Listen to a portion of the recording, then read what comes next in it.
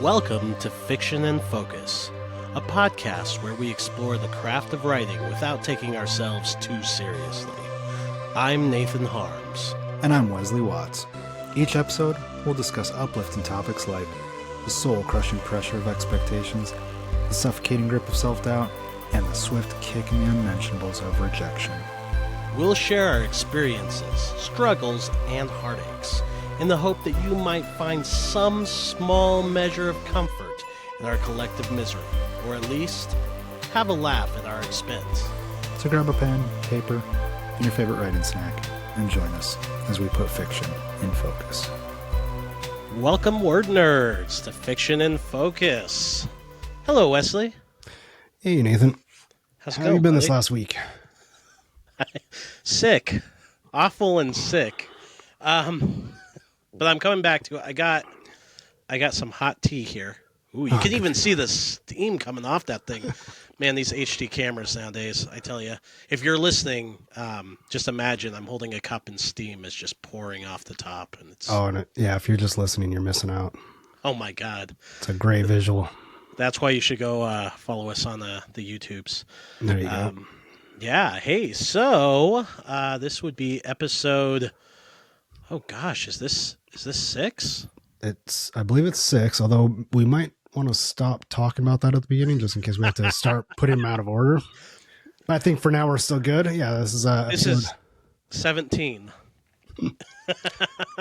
We'll just drop them like they did with Firefly, just all over the place. Oh, I love that. And then Fox will cancel us. Speaking of getting canceled, you're gonna take the lead today, right? I am, yeah.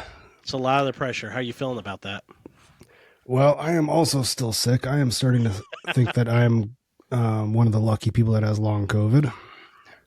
Nice. But yeah, this will be good. That's like the rarest of the COVID Pokemon cards. Well, there might be rarer ones, but let's not go there. That's pretty dark. Canceled. Yeah. All right. So today we are talking about giving and receiving feedback on your work. And on your work. So we're not talking about the microphonic feedback that, those shitty sound engineers would give us at clubs. Oh, yeah. Not that ever happened. We always had great sound engineers, right? Oh, yeah, God. Those guys love their job. Yeah. None of them would just leave.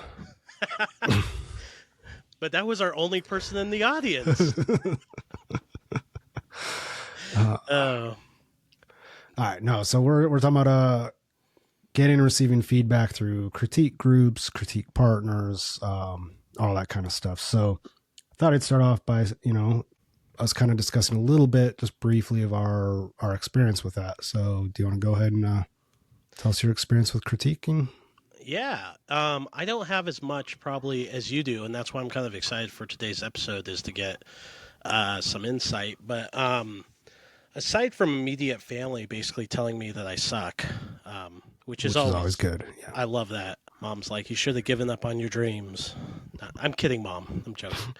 I do have a writers group that I meet with, and usually it's sharing bits and pieces of what we're all working on currently. And usually it rarely is a full book. Once in a while it is, but usually it's just like a few chapters here and there. And we give each other really honest feedback about it and so on. Outside of that, I have a select few people in my life that I usually will send kind of like a beta read version of the book to. It's kind of like my final check mark, if you will, before I really kind of finalize everything. So I have a few trusted people in my life. I did it with my last book, Pollyanna and Eternum. You were one of the people I sent it to, actually. I was. I fucking hated it. Awful. He's like, just delete it all. No, but I sent it to, I think, 6 people before releasing it. And outside of that, I know you can do what's it called when you send it to someone for if the book like has like triggers and stuff in it. You have it on Sensitivity reader. sensitivity reader. I did. Yeah. I did send out one of my books to a couple of people that were kind of experts in certain areas for that reason. I was a forest just because it dealt with trauma and uh, sexual Sure. abuse and stuff like that.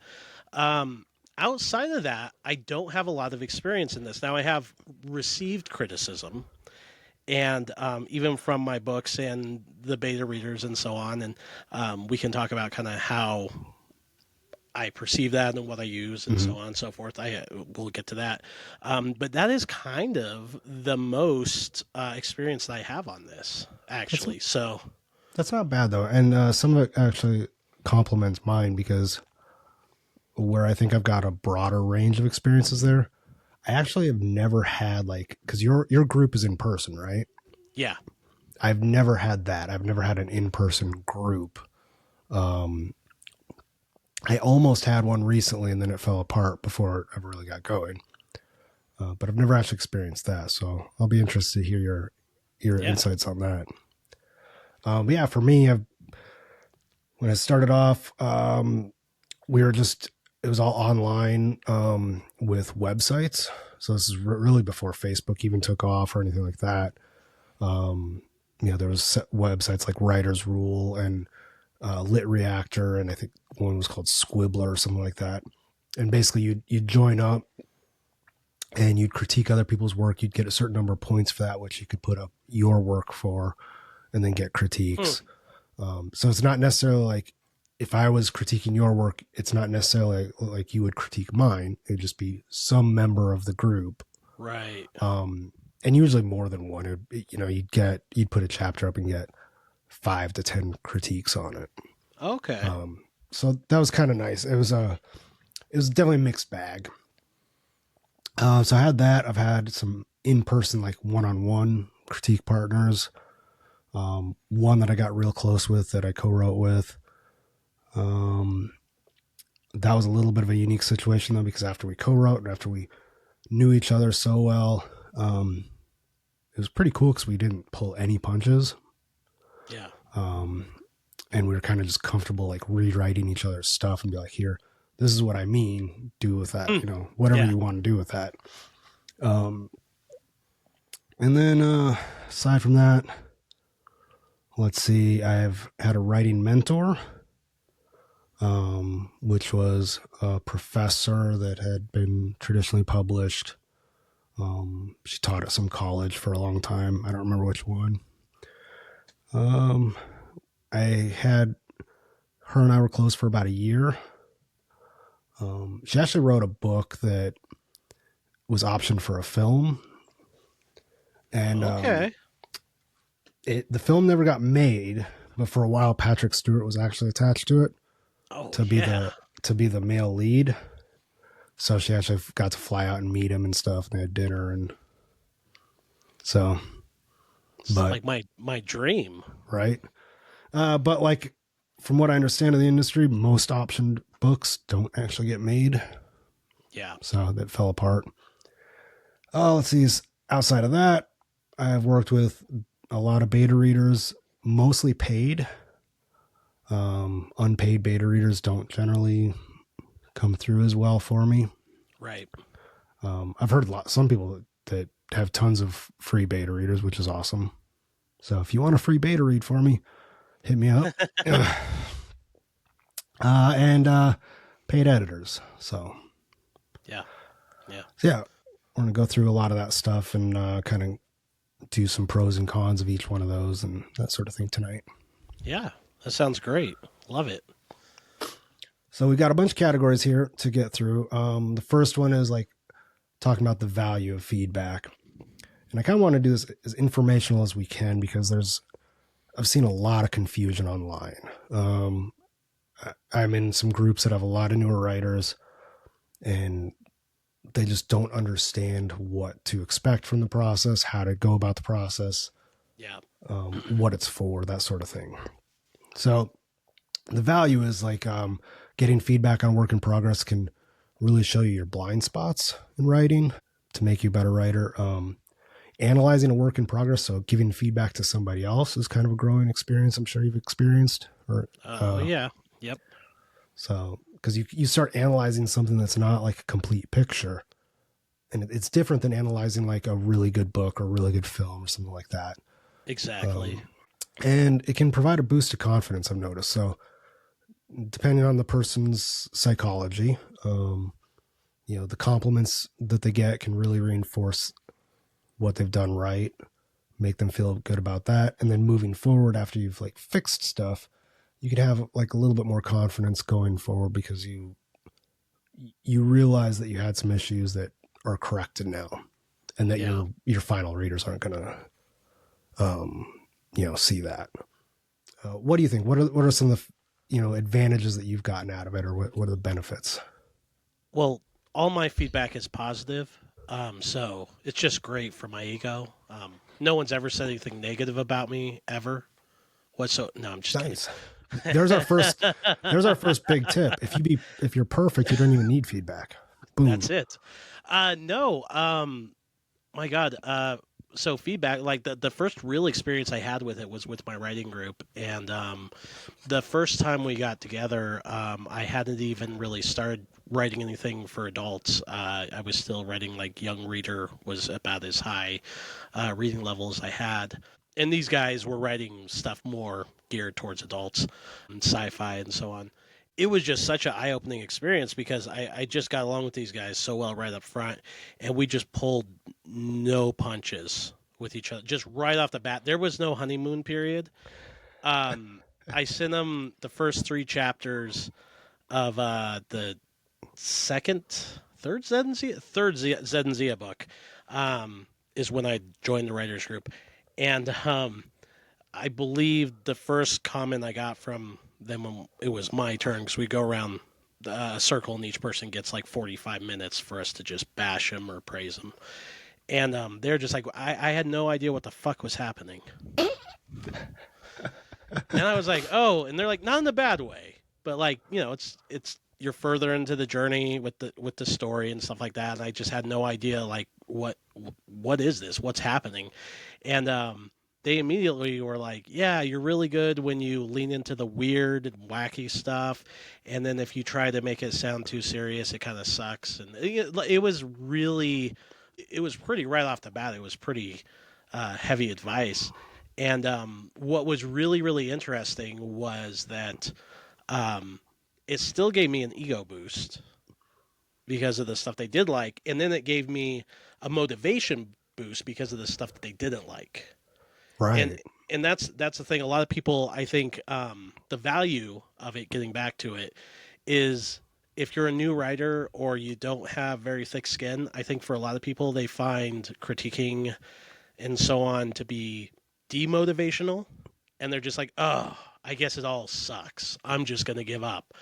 What you should do is use that as like rocket fuel. That should really just light a fire under your ass to be like, okay, I can do this, but better. And not that you have to take all advice too, and that's something we'll get into, but for me, it's so needed for someone to just be like, hey, this is good, this is good, this is good, this really sucks. And I can be like, hey, that's actually pretty easy to fix. You're like, you know what I mean? If you have all the ingredients for something, but one thing's wrong, it's easy to swap out that one ingredient. You know what I mean? Especially when you have like 4 or 5 taste testers being like, you use salt instead of sugar? Why would you bake a cake like that? Wait, but yeah, I use cocaine. Oh man, now we're really canceled. It's our first white powder joke on the show, guys. Yeah. We've made it. No, I find the whole critiquing process to just be one big pro. Now, I will say this, as we get down the rabbit hole on this, if you are a new writer and you're listening to this for informative information, be wary of the kind of advice you get. And I think we can get into, we've already done like a show on good advice, bad advice, but the kind of critiquing you get, make sure it's constructive. If it's not constructive, it's not really worth a damn, in my personal opinion. If someone's just like, yeah, this sucks, that's not really helpful. But if they're like, yeah, the characters aren't really well written, or the dialogue's kind of clunky, or I was confused about this, that's the stuff that matters. If someone's just like, yeah, not my cup of tea, don't let that get to you, because They're just not the right reader. yeah, they're not the right reader, you know. So Yep. that's my 2 cents. And that actually segues into the next topic really well, Yay! which is just a little bit about the harm feedback can do. Yeah. Because it can derail your progress if you take it to heart. I've actually always had pretty thick skin for everything, so people knocking my work actually doesn't really bother me. But this next one, I am kind of overly susceptible to other people's ideas. Oh yeah. And which is actually why we discussed it. I don't know if it was last time or the time before, but that's why I don't really read science fiction while I'm writing science fiction, or Right. fantasy while I'm writing fantasy. Certain types of feedback, somebody tells me, "Oh, this is an idea you should put in. This is an idea you should put in." Early on, I would just start taking all of that, and what I'd end up starting to do is I was writing somebody else's story, Yeah. or somebody else's version of my story rather than my story. Absolutely. So that's definitely a harm that can come from it. And you already touched on this, but there is danger of it just crushing your confidence if you're susceptible to that sort of thing, which a lot of people are. I mean, Yeah. Well, I think, especially if it's like your first book, if it's your 1st project, if you've been doing it for a long time, you kind of know the ins and outs of critiquing a little bit more, so it doesn't really like deflate your ego as much. It just is kind of comes with the territory, you know what I mean? It's like if you get a 1-star review on Amazon, it's okay, but if you get a 4-star out of a 5-star, you're like, why wasn't it 5? Like, I don't know why, like that would like bug me, you know what I mean? But when you're first starting, yeah, it can totally derail you. It can be such a swift kick in the unmentionables, as we say in our intro, bringing it back. Right? So I think it's something that develops over time. I've never really met a writer who's like working on their first book who doesn't have a little bit of a thin skin, especially like if they see a reaction from you. We were doing a convention last year, and our neighbor across the way, I bought her book. And in fact, this is someone who I'd like to have on the show at some point, named Kylie Awich. Awich? I'm not really sure how to say her last name exactly. Probably butchered it. Anyway, she had a book, and I went over and picked it up. And I think it was her first novel. I'm not entirely sure, but I'm pretty sure. And I was looking through it, just flipping through, and I saw a part of it that reminded me of someone I knew, and I kind of laughed out loud. And she looked over, and I could tell she had a look of horror on her face for a second. I'm just like, what? Like, what? And I laughed. I go, no. It just, this part of this reminds me. And she laughed, you know. But, like, there was that moment, which I think all of us writers have seen. It's like, you know, you give someone your book and you're kind of waiting for the reaction. Not that they're, like, reading it in front of you, but you're just, like, you're wondering, like, what is every laugh, every look, what do you think of that? It was good. What do you mean by good? Do you mean it was good? Do you mean it was bad? Do you mean it was good, bad, or bad, good? And so it's kind of a funny thing. We thrive as writers on that sense of accomplishment, to know that what we're doing isn't a waste of our time, because we want to, you know, leave something that matters in this world. And so to allow other people to open yourself up, to allow other people to critique your work, it's kind of a brave step. But it's a necessary one if you want to get better at your craft. It is. And in my view, this is a little off topic here, or at least not planned. But in my view, if you have gone through all of the critiquing steps, or enough critiquing steps that we're going to talk about tonight before you release that book, it won't bother you as much, I don't think.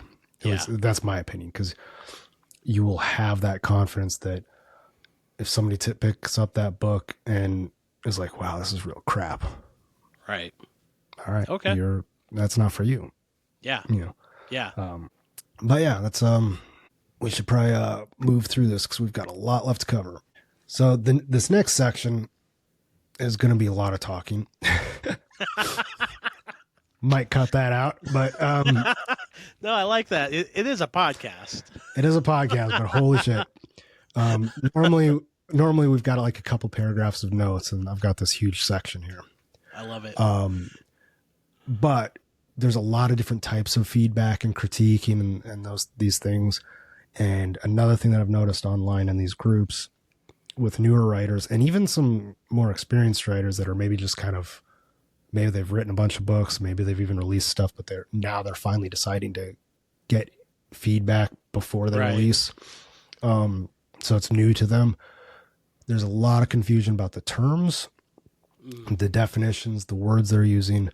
So I kind of wanted to go through some quick definitions and a little bit of the pros and cons, and please add to any of these that you want to. I will. Please enlighten us, Mr. Wesley Watts. Teach me. Well, I also wanted to put this as a caveat. People are free to disagree with these definitions, even though I'm right. But no, everybody's free to disagree. But at least if you know where I'm coming from with it, for the rest of this conversation, you'll at least know what I'm talking about. Yeah. First thing I wanted to cover is this different stages of feedback. The first one is critiquing, and that's usually done by peers, like we've already been talking about, usually in a trading method, not always, but usually like, you critique mine, I critique yours, or you get around in a circle jerk like you do. It's a beautiful thing. You can get a wide range of benefits from this. The worst feedback I've ever gotten is actually from writers. Oh, yeah. It's very easy to fall into this is the way I would do it style of feedback, which I'm guilty of that myself, unfortunately. It's not very helpful. And it can also be kind of disjointed because, as you mentioned as well, this is often done like in a piecemeal way, chapter by chapter, or a couple of chapters here, a couple of chapters there. Yeah. And sometimes you lose that narrative thread. So when you're getting this type of critique, usually any critique about pacing, you probably shouldn't take that necessarily to heart, in my opinion. Right. Yeah. No, I totally agree. In fact, that's kind of like an unspoken rule with my writers group when we're trading off stuff, is that we're really looking for tone and intrigue. Okay. That's what we're really looking at. Does the story intrigue us? The best compliment you can get from my writers group is, I can't wait to see where this goes. I want to hear more of this, more like this. And sometimes we'll do like short stories or something, so you're getting the full narrative. But most of the time, it's stuff we're working on. And in general, that's usually the feedback is, I really like your descriptors. I really like your this character really speaks to me, or this character sounds a little like jilted. Is that on purpose? And we all have learned to ask the questions. And I think it's because like, it's a weird thing, and you would think writers would be better at this, and I just kind of lucked out with this group, but we're very aware that we're only looking at a snapshot of a scene within a huge picture, Yeah. We're very aware you're not, unless we're reading the whole book, which we've done a few times for each other, you're just seeing a piece of the puzzle. So it is true, though, where I've had some critiques with other authors outside of that group, like this guy Wesley. No, just kidding. No, it is very much like, oh, I really like this, but what I would have done is, and usually, not always, usually it's from lack of experience of critiquing other people's stuff that those words come out of their mouth, or it's maybe because they have their own misgivings about their own work. And maybe they're not as confident of a writer. Like, they kind of want you to like validate them. They're like, well, what I would do is this. And if you're like, yeah, it's a great idea, they're like, oh, thank God. I never thought of it that way, but I think you're right. Yeah, that's what I've seen. I'm not saying that's always the case, like I said, or like you said, please disagree with us if you want to. But in general, yeah, I think really if you're a writer and you're reviewing or critiquing a peer's work, just look at the bits and pieces. Look at the colors that they're using to paint the picture, not what the overall picture is, because that's going to be so much more helpful to them. We don't even note if there's like typos or anything in each other's, unless it's like really funny. Like I think I said, during one of mine, it was like there was a snap, pop, and the boom, and I said there's a snap, poop, and the boom. We all got a good laugh out of that one. But in general, like we're not really critiquing each other like that. We're trying to find that overall mood, Yeah. and really kind of validating each other in the sense of like, yeah, I think you've got something here, or you might want to rethink this because I'm not really sure what you're going for. Next stage of feedback is alpha reading. Alpha reading is usually your frontline reader taking a look at an early draft. Usually, this is often like a close friend, family member, spouse. These are often cheerleaders, right? Yeah. So they're the people that you can show whatever, and they're going to tell you it's good. And there is a benefit to that for sure for a lot of people. Some of us have spouses that will be like, "You fucked this up," Right. but most of us. Most of us, like, you're not going to get your most honest feedback from that person, Right. But that's fine. That's not necessarily what it's there for. But I would say the possible pitfall that I've seen from this is once you get that feedback, cool, and when you move on to the next step, leave that feedback where it was. Yeah. Because I've seen people that are like, they're at the next stage of feedback. They get 3 people telling them, this isn't quite right. Something's off here. Like, well, my mom liked it. So what the fuck do you guys know? Like, so don't hold on to that feedback. That's so true. I usually at that point, and because we're business partners, my brother is that person who's kind of like the alpha reader, who's reading it at that point, not necessarily critiquing it, but he's getting that snapshot right before it becomes like more the final draft kind of thing. It's usually like I'm like 2 drafts into it. So it's not the final version, but it's getting closer. And he's pretty good at being like, yeah, you missed the mark here or something like that. But it's still, like you said, it's more of a validation or a cheerleader of just like, oh, wow, this is really good. You can do it. You got something here. Yeah. And a lot of times it's really just kind of a swift kick in the ass to keep you moving forward. It can be. Yeah. Yeah. And depending on your psychology, you might not need an alpha reader. For some people, I mean, it can make all the difference in the world. But we're so confident as writers. The next one is beta reading. So these are sometimes fellow writers, but they're usually, what I've found is most beta readers are like hardcore readers. Yeah. They want free books. They want to be that person like that gets the first crack at a new book. You want to be getting them not necessarily your final draft, but something pretty close. It needs to be, pretty much polished and ready to go. Minus, that last round of proofreading and stuff like that. Most beta readers will happily ignore some typos and shit like that. But yeah, a lot of these people will give you like some really good substantial feedback that can roll over into the next category, and I'll talk about that in a minute. But I like the, I haven't had a lot of experience with the beta reading, except for the last book I did. And you're absolutely right. I did not send it, aside from yourself and a couple other people, I did not send it to writers. And in fact, the version I had sent you was maybe a little bit pre-beta, like, because you had some notes and stuff in there that was really helpful. That was almost like going back to a critique for a final. But I sent it to some actual readers, not writers. Yeah. Some of them familiar with my work, some of them not. And found them various places and was just like, you want to check this out?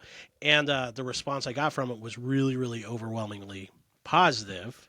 Now that's the first time I've done that, so I don't know if that's the norm. I'd be kind of interested in your experiences with the whole beta reading thing, but for me, it was I got a lot of people saying, "Oh, this brought me to tears." Oh, that's awesome.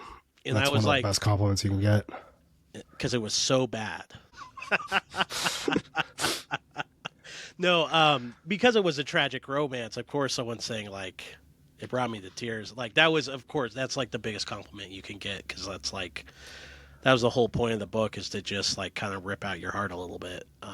So yeah, it was when I reached the 50% mark and realized I still had 50% more to go, I just started crying. Oh, so I've had good luck with beta reading, but I pay them. as I said Yeah. before. I found a handful of really good beta readers on Fiverr that, you know, you can put it out there to 5-6 people for a relatively, you know, affordable rate. Yeah. And then you kind of get all of that feedback at once, or roughly at once. You kind of aggregate it and see what are the that kind of like what are the patterns. That's what Yeah. I was looking Yeah. for. Like, because that's an important aspect too. Like if somebody tells you, oh man, this character sucks, like this character doesn't make any sense to me, you might think, oh shit, I gotta change that. Right. But if you get that same feedback and 5 other people tell you they really liked that character, Yeah. it really changes the scope of things. Absolutely. So that's been my biggest thing when I do beta reads. I want, you know, a handful of people to read at once, and I don't usually really look at the feedback until I get all of it back. Yeah. No, that's a good thought process. I hadn't really thought of that, but that's a really cool way of looking at it. Is like looking for patterns in people's feedback for something. You know, if because that is our knee jerk reaction as writers is if someone says, "Hey, I don't like this part," it's to change it. But if you have 6 other people say, "Yeah, I do like that part," it cuts back on those knee jerk reactions, which we're just infamous for. Yeah, I absolutely. scrapped the whole thing because one person didn't like it. So the next category is developmental editing. So this is when like a professional editor or a literary agent usually is going over your work. This is a broad strokes pass, right? So this is Yeah. not this isn't line editing. They're not looking at spelling and grammar. This is the same kind of thing as critiquing, sort of, only a Yeah. trained professional eye is going over it. Yeah. This can be fantastic, but I don't do developmental editing anymore. I'm not going to pay for that. Yeah. It is extremely expensive. It's the most expensive type of editing that you can get. If you find somebody that's cheap at it, they're probably you're probably better off getting, you know, a free critique done. Yeah. And then the other way that you can get it for free is if, you know, you've landed that publishing contract or a literary agent and they're going through it. Yeah. Which is awesome because then you're getting a substantial amount of editing for free. But the drawback of that is going to be is that depending on your situation, if this is your first book, that kind of thing, or first, you know, publishing experience, you might feel pressured to take the suggestions. Yeah. And I actually had a little bit of experience with this, with the novella that Eli and I co-wrote. We self-published that first. Yeah. We're really happy with it. And then it got picked up by a small press publisher, which we thought was, oh, fuck, that's cool. Yeah. Yeah. So they redid the cover, they re-edited it and all that stuff. And developmentally, they had a bunch of things that they wanted us to change. Yeah. And because that was kind of our first deal, we did make those changes. And now looking back, that original version that we had self-published was better. Yeah. That's our experience, though. Like, that's not necessarily going to be everybody's. Well, and I think it kind of probably depends on what genre you're writing into. That's got to be such a kind of a key thing with this step. So if you're writing in like romance, for instance, you know, like the on the King Supers shelf romance, there might be some value to this because they'd be like, hey, this is what we see as a trend in the industry. You might want to do these things, make these changes. But at the end of the day, you got to remember, no matter who's reading your book, it could be your favorite writer of all time gets your book and reads it and has suggestions. That doesn't mean you should take those suggestions because it's still one person's opinion. And Yep. I've found that every time I make an edit to any story or book that I'm working on, because of pressure from someone else, and it's something that I really like, I end up regretting that. Yep. And that's actually worse because like people who are reading it as it is. Your core person who's reading it isn't going, man, I really wish they would have done this, unless the ending goes off the train tracks, you know. Yeah. Um, you're going to be fairly confident in the fact that your average reader is just going to take your book for exactly how it is, not what it could have been or what they wish it was. Yep. Um, That's a so great way it, to put it. yeah, I definitely see the appeal to it, you know, but again, it's the same thing as even if like my favorite person is critiquing, like if I'm with my writers group and like my buddy AJ, like we kind of just we get along very very well when it comes to writing and suggestions. Mhm. Um, and 9 times out of 10, when he gives me a suggestion, I take it because he's right. But that 1 time out of 10, I'm gonna go, yeah, no, I'm not Yeah. doing that. And it's not he doesn't take offense to it, of course, or anything like that. But it's the idea that you do not have to take every single bit of Yep. criticism. So And that's the same way with a developmental editor. It just, you might, in that certain circumstance, you might feel pressured. That's all I was trying yeah. to get at. Did Um, did you feel that did they give you that aura of more pressure to you change know, it? I don't think it was really coming from them. Yeah. I don't think it was their fault. Yeah. I think it was just Eli and I just, it was a new experience for us, and it was kind of our own naivety. Mm. I have heard of a few horror stories of some Stalin-like editors at certain prints, but it seems to be rare. Like most people Yeah. actually get along really well with their developmental editor at whatever imprint they're at, and speak highly of them. And so I think that's probably a rare thing, Yeah. but just they're something to be aware of. And yeah, and they're invested in you yeah, succeeding. And there has to be a reason that they're working with you to begin with, right? Like they either really love your story or your absolutely. style or your future.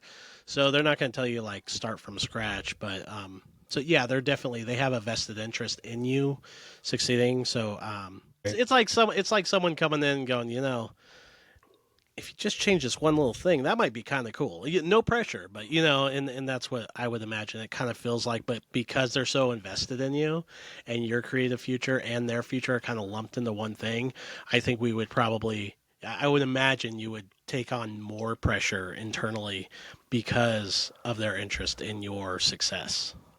I certainly did, but Yeah, maybe if I did it again, it would be a different scenario. But I don't, unless it was through a publishing company, don't think I would ever pay for a developmental edit. yeah, Because at the end of the day, you basically just said what I was thinking. It's one person's opinion, and it might be a very smart person about writing. They might know their shit. They might know the genre and the industry, but it's still one person's opinion. And personally, I would rather have a half dozen beta readers yeah, and aggregate absolutely. it. Yeah, totally agree. So moving on to our next category, which hopefully will not take as much time. It's our levels of feedback.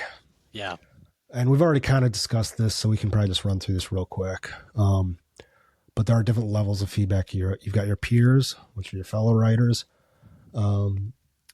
And I think that when you're getting critiquing, I think there's value in having critique partners that are roughly at your same skill level, having critique partners that are a little bit maybe lower skill level than you, and definitely some value in having some critique partners that are more skilled than you, and yeah. having kind of a balance of it.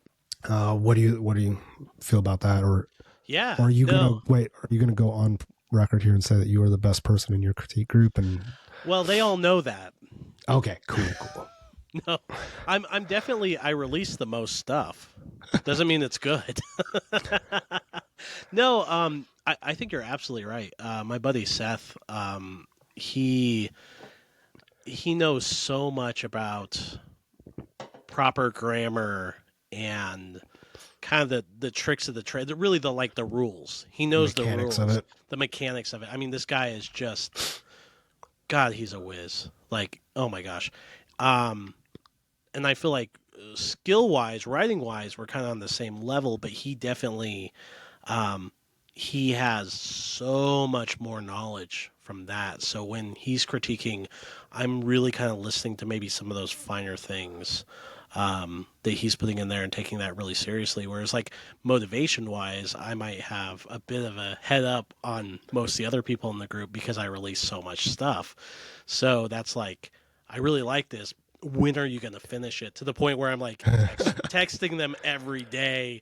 Did That's you write awesome. today? Did you write today? So yeah, no, I think there's value to that. I also think there's value to you not writing the same kind of stuff. In fact, our first meetup, if I remember right, I was working on Zed and Zia. My buddy Johnny was working on a young reader, kind of like it was like a mystical horror kind of thing Okay. for like kids. It was still kind of for kids, but it was like a young reader. Um, AJ had this crazy sci-fi book that he was working on, and Seth was working on a self-help book. So it was very like That's eclectic. it's very eclectic, and it was so good though because we weren't stealing from each other for one. You know what I mean? Yeah. And there wasn't any of the well, what I would do. It was we all write in these different genres, and we're looking at it as just trying to help each other out. And I think that's the best part about peer to peer, and especially Absolutely. like if you've maybe not more accomplished, but say you've released more, or say the other person has like a 200,000 word book that they've been working on and they're like really close to finishing it. Um, there's so much value in being each other's kind of cheerleader, you know, like Absolutely. my experience. So yeah, I think get it as diverse as you possibly can, you know, and be patient with each other. Because and that's the funny thing. Like, I remember one of my thing. I was like throwing italics in like just random words. Is what it felt like. It's like every time I was trying to like really put emphasis on a word, it was italic, and Seth is like, "Why are you doing that?" He's like, "Stop! Don't do that." Like he had to like explain to me. He's like, "I know it feels like what you're doing is right, but it's not. Don't do that." So it was a good experience though in that sense. So yeah. All right. So we got three more things in levels of feedback. Next one is just readers. I don't know that there's a whole lot for us to say about that. No, Just I mean getting reader feedback. it's great. I'll Yep. say this: Amazon reviews can be really fun. They can also be very frustrating. And are you talking about like an after the I fact? I know I'm not. So you're talking like beta or I'm talking about beta? beta and alpha readers. Okay, okay. In my opinion, if you are, um, there is another school of thought on this that I'm aware of. I know that there are some indie authors out there that actually they want to read their reviews to understand what they're doing wrong and fix their next book. I have a very strong opinion against that. I think that's just It's a bad idea. I I think yeah, I you think should be doing your work beforehand. so. I read reviews to read the good ones because they make me feel good Yeah. and confident. And then usually, like if there's a bad review or something that like hits me the wrong way, it just rolls off my shoulder. Like I don't know this person, you know. I'm never gonna meet this person. I don't really care about their opinion. It's the book's already out there. I'm not gonna like Yeah. pull it from the shelf and rewrite it and put it back out. But yeah, no, I totally agree with you. I think I'll say this: if you're gonna read reviews after the fact, it's literally just about getting a little bit of that after the fact validation pat in the back. Sure. That really should be the only reason you do it. And if you have done all your homework beforehand and you release something and it still isn't well received for whatever reason, I'm not saying you can't try to learn from that. Yeah. What I'm talking about though is I've seen it online, not recently, but I have seen this online, and I actually recently saw a YouTube video where an indie author that's also a booktuber was talking about how she crowdsourced her, or basically her developmental editing with her final product readers that are paying for her book. and she's like getting these reviews to go back and fix her book and then re-release it. And she was going on and telling people that this is what they should do. Like, she was trying to teach that, and I'm just like, fuck. And I try not to talk bad about other indie authors, but I just feel like that is a horrible idea. Well, that's a bait and switch right there. Kind of. I mean, maybe someone can explain it to me and prove me wrong, and I'll change my opinion. But well, if you're paying for something, right? Because you're saying the readers buy the book, and she uses that money, the crowdfunding, basically, because essentially they're doing crowdfunding and they're getting the book out of the deal, right? Yep. And then they're going to read that book. They're going to give feedback, or no, or she's just going to use that money to get feedback from someone else, redo the book, and then nothing about the money. It has nothing to do about nothing to do about the money, other than that she is selling this book. Or actually, I think she has multiple books that she's doing this with. But she's getting the feedback from the reviews. She's reading all of her reviews. Right. From a book though they're buying, right? From the book that they're buying, and she's going into the review sections and asking the reviewers questions. And then redoing stuff. To mine more information from them, and then redoing her books. So it still is a bait and switch in the sense that, like, I would be kind of pissed off if I was a reader, I bought a book, and then the writer was like, so what didn't you like? I'm like, well, it would have been cool if you would have done this. And they're like, great, I'm going to do it. Then you'll have to rebuy it. That's where my mind went. Like, as a consumer, that seems really, I don't want to say icky, and maybe it's a confidence thing. I think though, like, and we'll have to kind of talk about this on a future episode about like knowing when to let go of something. But like at some point when you've released your work, you just have to go hands off and surrender it to the universe and just say, yep, on to the next thing, or what it's going to be, what it's going to be. It's never going to be perfect, but that's a really weird way of going about. I've never heard of that. It's bizarre. But yeah, so she was trying to teach other people. And like I said, I had seen similar, not exactly that, but I had seen similar kind of things on like Facebook groups before too. And that's a bad idea. Yeah. I think that's a horrible idea. It's just so, it's weird. I can't really put into words how I feel about it, because it's kind of like, it's a confusing concept anyway. And I don't know the person's mental reasonings behind it, or like what their thought process is directly. So I can't totally judge them, but it shows a lack of self-confidence at the minimum, and shows like just a sense of almost a bait and switch at the max. So, that's just my opinion. I do not disagree. Yeah. All right. So our next one is subject matter experts. Ooh, I like this one. This is your sensitivity readers. Yeah. This could be you've got some weird physics in your sci-fi book, and you might reach out to a professor at a college. Yep. That's a weird thing to do, but a lot of them are actually pretty receptive to helping people out. I mean, that's what they do. Yeah. They teach. Could be historical if you're doing like a period piece. Absolutely. Or something like it. Is this something someone would wear, eat, or say? Kind of thing? Would they say? Would it said radical in the 1700s? Probably not, but who knows? I'll have to consult an expert. No, they'd actually say radicaleth. But yeah, don't be afraid to reach out to these people. Even if it costs you a little bit of money, it might be very, very well worth it. Yeah. I know, like, one of the things that I'm going to be doing for my current book is I'm actually currently looking for a therapist that will actually just let me talk about my character. Yeah. Because she was sexually abused and things like that. And I want to make sure that some of her behaviors later on in the book are kind of like, kind of accurate. and I'm willing to pay for a few sessions for that. And Yeah. Can I make a request?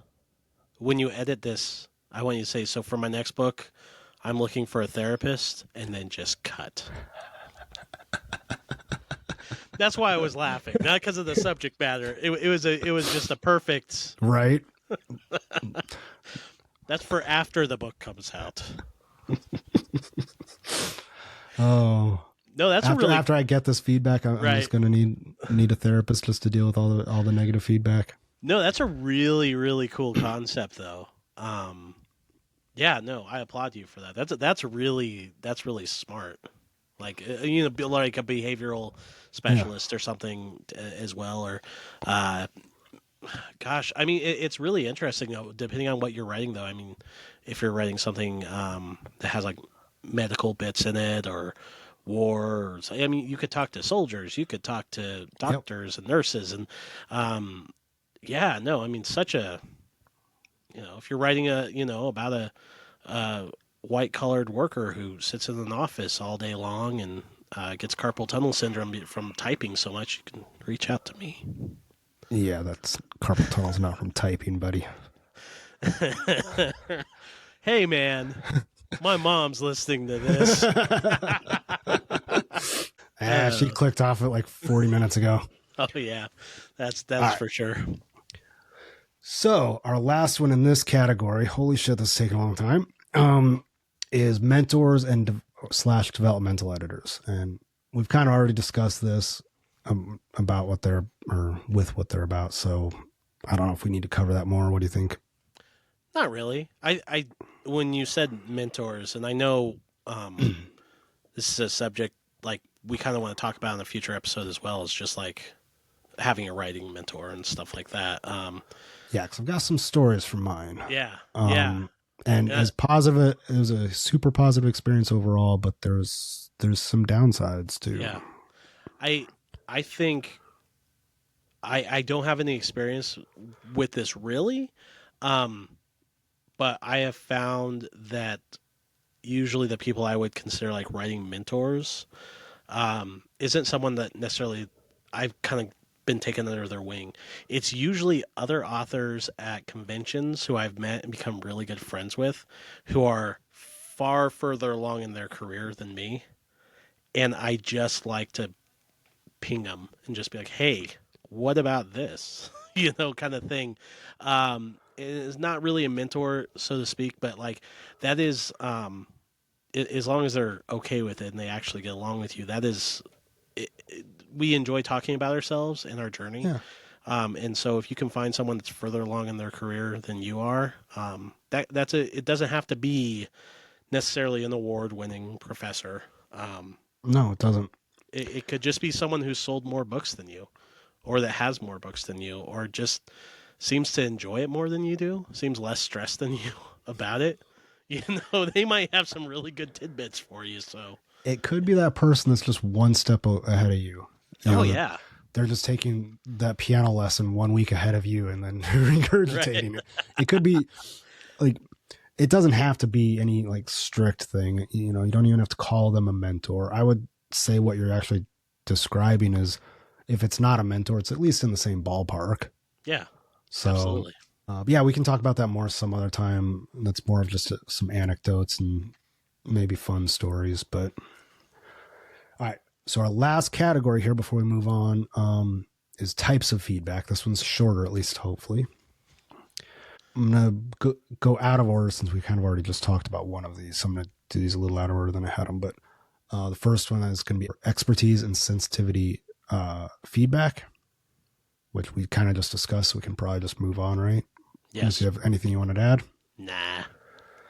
Okay. So these next two categories I think could be helpful for people. And this is something I actually stole straight from Brandon Sanderson. Is descriptive and prescriptive feedback. Ooh. So those are sexy words. They are, right? So both can be valid, both can be helpful. But I think it's a good idea to have this conversation with people that you're getting feedback from. Yeah. So that you're on the same page of what you need, what you want, what works for you, that kind of thing. So descriptive feedback is I'm reading your manuscript or your chapter or whatever. Say, hey, I'm confused here. Yeah. I don't understand what's happening here. This part's kind of boring. This part's really cool. What the hell just happened? This was so fast. I just got whiplash. It's just these, like, you're describing what you feel, what you think of it, that sort of thing. Yeah. And the cool part about this type of feedback, and this is actually what I prefer to receive nowadays. Yeah. Is that once you're comfortable enough understanding what you're trying to do and what you when you know what you're trying to do and what you're trying to get out of a scene, somebody saying, well, I was bored here. That sounds like negative feedback, but if I'm trying to slow the pace down, right, to give somebody a breath between two big moments, that might be precisely what I'm going for. I might want you to be a little bit bored for this little section. Yeah. I might want you to be confused about this character's motivation because I'm going to explain it in the next chapter. Right. So even those seemingly negative things in descriptive feedback can be very, very helpful. Yeah. Or if I have 4 people saying I'm bored here, and I'm like, man, I was trying to make that exciting. That was the action scene. Right. I just fucked something up. So that stuff can be extremely helpful. Again, once you know your craft a little bit. Yeah. The downside of that, though, is if you're still newer and you don't know your craft, getting that stuff doesn't tell you how to fix it. Right. Right. So you might get 5 people telling you that they were bored. It's like, oh shit, I just can't write that, huh? Yeah. What am I supposed to do about that? Yeah. Did you have anything to add to that before we move on to prescriptive? Not really. I mean, I think I think it's something that's, you said you prefer that now more. I do. And I'm the same exact way. And I think it's because we've been doing this for long enough now that we do know how to fix the things. But if you're not building up confidence, it's not really probably as helpful to like a first time writer if someone's just like, yeah, I didn't like this thing or this was confusing, because you might not know how to fix it. But I really, and in fact, I kind of love like sometimes it can be like a little bit of a carrot. Like if someone's like like dropping notes in like a Word file, and over on the tabs, and they're like, I really like this section. That part fucking rocks. This is dumb. And I can be like, oh, at least they like the other parts. But it's actually really, really helpful also for someone to just be like, I really like this, because sometimes that's actually the section that you were scrutinizing the most, or maybe something that you really, really liked and you weren't sure if it was hitting on all cylinders. And so that little bit of validation sometimes can be really cool. So yeah, no, I no real notes, just that I agree with you. I think it's the further along you get in your career, the better those kind of that feels.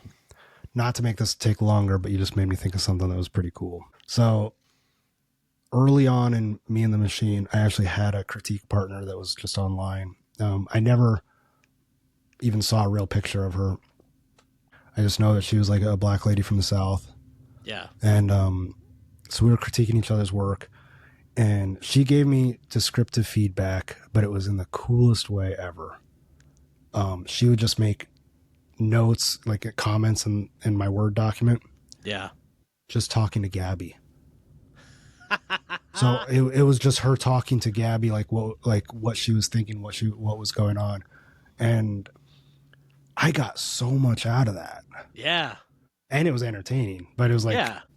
But just like with what she was saying to Gabby, let me know what she thought of every single scene. What she thought of the other characters.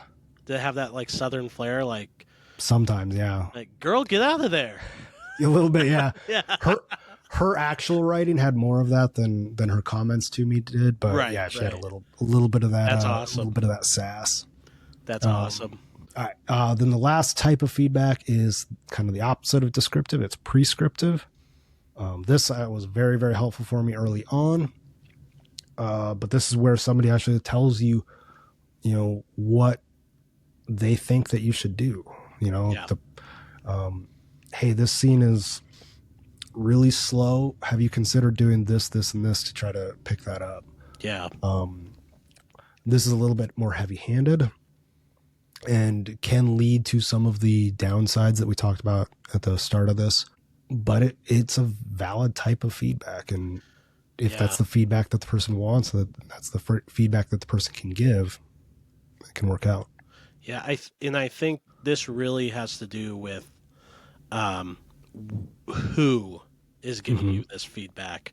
If it's someone whose opinion I don't really take Right. seriously, like, you know what I mean? Like, I might just be like, oh, yeah, it's fine. But if it's someone like I really respect their opinion, or we kind of have the same mindset of stuff, that can be really helpful. I find myself only taking this kind of feedback from certain people.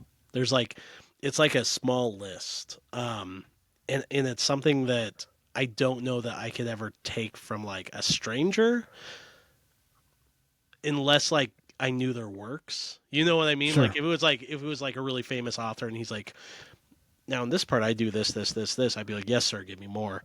Um, but if it's just some random person, I might, I'll read anything. I'll take any critique, but doesn't mean I'm going to use it or necessarily act out on it. Yeah. But there's a few people that are just like, yeah, this is worded really weird, and I've read it a million times, and I don't see that because I just have those like rose-colored glasses, and nothing is wrong at this point. There's certain people I'll take their opinion on and be like, okay, and I'll like drop a whole section or rewrite something just because they're just like, yeah, you should do this. You should rephrase this way or do this way, and I'll be like, hey, I trust you. So, yeah. So actually kind of brings me, that's a really nice segue to almost our penultimate category here, or thing to talk about. How do you parse out the feedback that might be good for you versus the feedback that could be harmful? Man, this should That's have a been the tough whole one, right? episode. This is a Should have tough been one. the whole episode. Part 2 starts now. No, I'm just kidding. Actually, we could do, if like we got some examples together, like we could do that, but Yeah. No, for the sake of time and for this episode, I think we should revisit this actually, okay. at a later episode. But yeah, so I'll tell you my take on it, and I'll be really interested to hear yours. Mine comes down to, I think, two categories. One would be practicality. So if the critique is something that is like a plot hole or something, or it's something that it just doesn't work and you just missed it. Right. Like, and this could be like typos or something like that, but that's more of like on the editor side of things. If the critique is more like, I was confused during this part and you didn't mean for them to be confused at that part, that's like a practical thing. Yeah. That means that you've read it a million times, you miss that, you should probably fix that. That is like at some level to, some type of rewrite. Yeah, absolutely. And there's no way around it. Like, you change the characters' names or something back and forth. Like, so-and-so is supposed to be talking, but didn't they die in the last chapter? Or something. Never that bad, but could be. So that would be one category where I always take the critique. And then the other category for me is usually going to be a gut feeling. That's what it's going to come down to. It's going to be someone's going to give me a critique, and I never take a critique and immediately change something. I always sit with it for a couple days. I take my notes, or I take their notes if they sent them to me, and I kind of mull it over in my head and say, how married to this idea am I? And is there validity to what they're saying, in a sense where I can agree with it? And usually it's a gut decision. It's, especially if it comes to like changing the tone of something, or something that will inevitably turn to a major rewrite because like you're totally changing like the action of a character. I just mull it over. If it doesn't feel right to you, it's like if someone's like, hey, I think you should kill this character in the third act. and you're like, but I love that character. Don't kill that character then. You don't have to kill that character. You know what I mean? It comes down to like, how do you, what critiques are you going to take and still sleep good at night? Yeah. So that would be mine, how I kind of gauge it. And there's sometimes where like that gut feeling is really quick. It's kind of like an upchuck. Um, they're just like, yeah, man, you should do this. And you're just like, Nope. no, why? Why would I ever do that? Like, if it's just a straight up bad idea, I'm just like, well, thank you. I'll take that under consideration. And then I just don't talk to that person again. Just kidding. I've actually had the opposite too, though, where somebody says, "Hey, did you think of doing this?" I'm like, "You motherfucker! Yeah. Like, that is so good. Why didn't I think of that?" Yeah. And I'm just like immediately like, "Oh Yeah. man, now I've got to rewrite 3 chapters because of this you asshole." Yeah, no, I love, and that's actually that gut reaction. I've had that on a couple of my stories with like my writers group, where they're like, normally we don't delve too much into that, but if I brought in a full book, I'm like, read this. They're like, man, what you should do is just like totally just up in the entire thing by doing this or something. And if it's a really good idea, it just like haunts you. Yeah. Do I have to give them writing credit?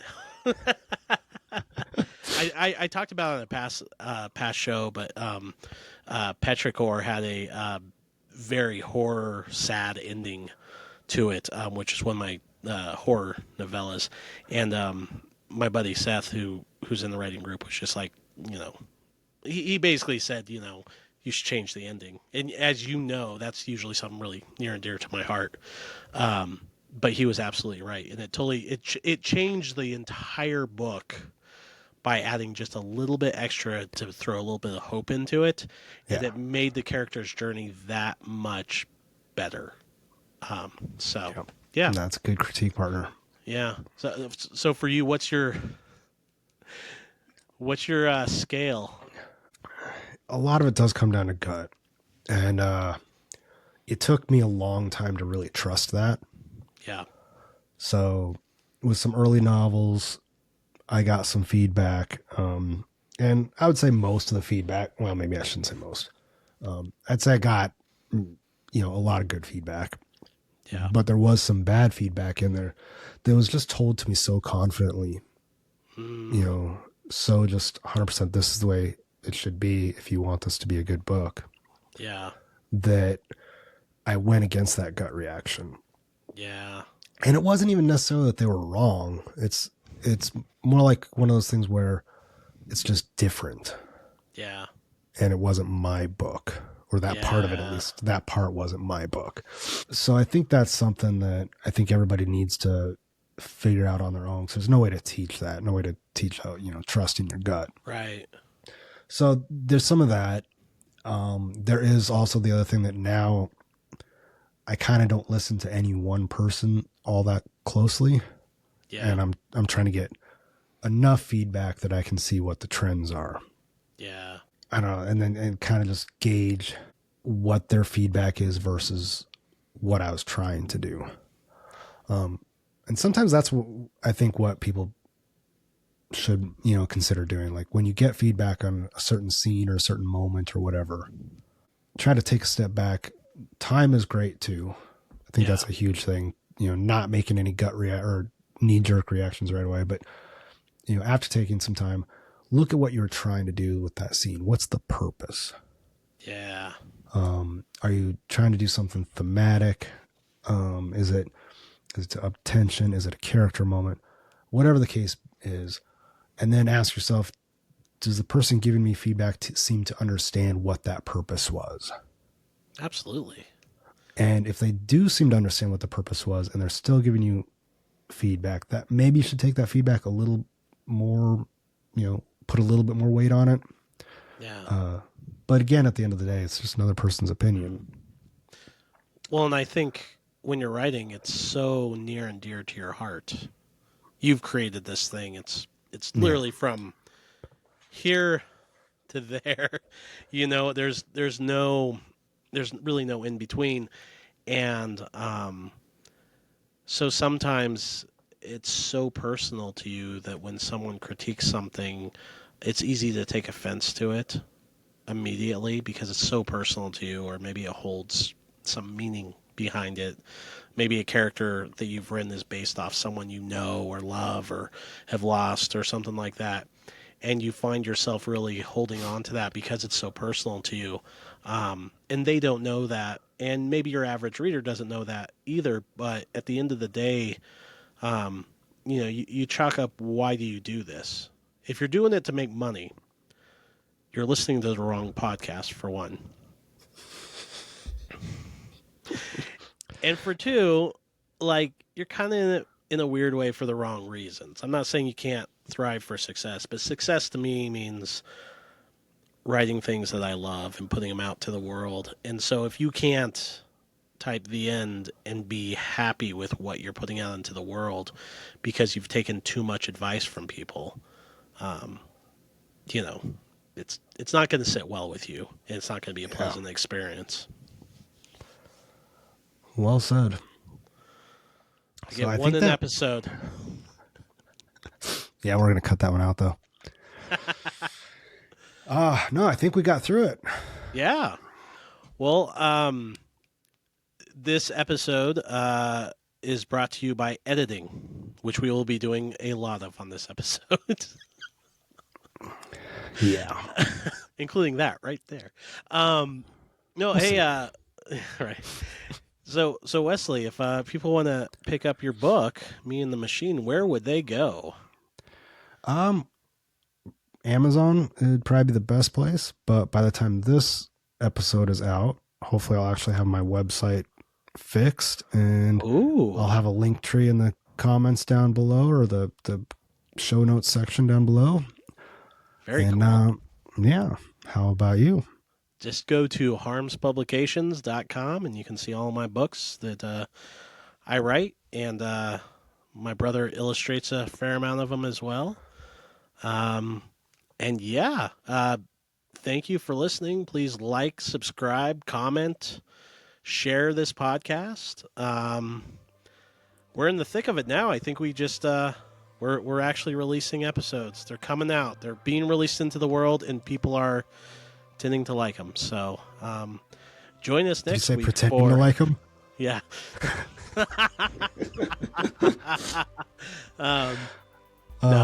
No, people like them. Hey, join us next week when we talk about God knows what.